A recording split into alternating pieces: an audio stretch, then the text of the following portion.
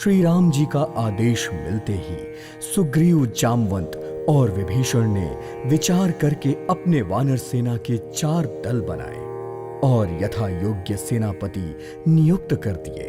फिर सबको बुलाकर प्रभु श्री राम का प्रताप समझाया, जिसे सुनते ही वानर और रीछ सिंह के समान गरज कर पर्वतों के शिखर को ले आकर रावण की सेना के साथ युद्ध के लिए दौड़ पड़े और श्री राम का जय जयकार करते हुए रावण को ललकारने लगे। लंका का किला अजय होने की बात जानते हुए भी वह निडर होकर चले जा रहे थे और वहां पहुंचते ही चारों दिशाओं से लंका को घेर कर सारी वानर सेना गरज कर मुंह से डंका बजाने लगी। ये सारे सिंह के समान ऊंचे स्वर से श्री राम, लक्ष्मण और सुग्रीव की जय जयकार करने लगे। यह देखकर लंका में कोहराम मच गया।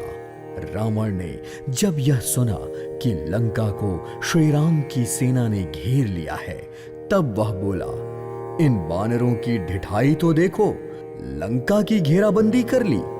यह कहकर हंसते हुए उसने अपनी सेना बुलाई और कहा, यह वानर काल के वश में होकर यहां चले आए हैं। मेरे सभी राक्षस भी भूखे हैं। विधाता ने इन सब के लिए घर बैठे भोजन भेज दिया है।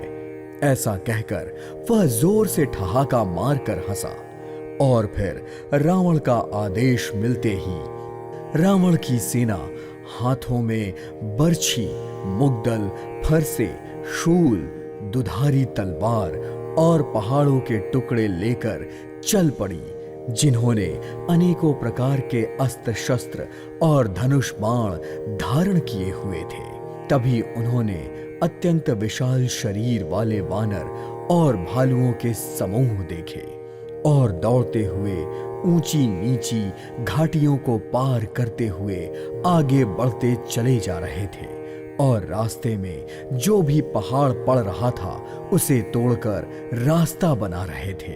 और फिर एक दूसरे के सामने आते ही रावण की सेना और श्री राम जी की सेना जय जयकार की ध्वनि के साथ युद्ध करने लगी। इधर राक्षस पहाड़ों और शिखरों के ढेर श्री राम की सेना पर फेंक रहे थे। उधर वानर कूद कूद कर उन्हें पकड़ लेते थे और वापस उन्हीं पर फेंक देते थे और समय समय के साथ पर्वत के टुकड़े किले में डाल रहे थे। वे झपटकर राक्षसों को पैर से पकड़ते और उन्हें पृथ्वी पर पटककर वहां से भाग जाते और दूर जाकर फिर उन्हें ललकारते। फिर बहुत ही चंचल और तेजस्वी बानर और भालू बड़ी फुर्ती से उछलकर किले पर चढ़ जाते और श्री राम के यशगान करने लगते और फिर एक राक्षस को पकड़कर वे भागने लगते। ऊपर स्वयं और नीचे राक्षस योद्धा इस प्रकार से किले से धरती पर गिरते कि वानरों के झुंड से राक्षस योद्धाओं के समूह मसल जा रहे थे। वानर जहां जहां किले पर चढ़ जाते, राक्षसों के झुंड वहां से भाग निकलते। यह देखकर सारी लंका में हाहाकार मच गया। बालक, स्त्रियां और रोगी रोने लगे। सभी मिलकर रावण को गालियां देने लगे। रावण ने जब अपनी सेना की विचलित होने की बात सुनी तो भागते हुए योद्धाओं को वापस लौटा देखकर वह क्रोधित होकर बोला, जिनको भी मैं रण क्षेत्र से भागते हुए सुनूंगा उसे मैं स्वयं ही 2 धारी तलवार से मार डालूंगा। रावण के कठोर वचन सुनकर सब राक्षस डर गए और युद्ध के लिए वापस लौट पड़े और अपने प्राणों का लोभ त्याग कर राम की सेना से भिड़ गए। उन्होंने अपने त्रिशूलों से सब रीछ और वानरों को मार मार कर व्याकुल कर दिया, जिससे वह भय से घबराने लगे। हनुमान जी ने जब अपने दल को डरा हुआ सुना, उस समय वह किले के पश्चिम द्वार पर मेघनाद से युद्ध कर रहे थे। जहां वह द्वार टूट ही नहीं रहा था। यह देखकर क्रोधित हुए हनुमान जी बड़े जोर से गरजे और कूदकर लंका के किले पे चढ़ गए और एक पहाड़ लेकर मेघनाद की ओर दौड़े और उसका रथ तोड़कर सारथी को मार दिया और मेघनाद की छाती पर लात मारी।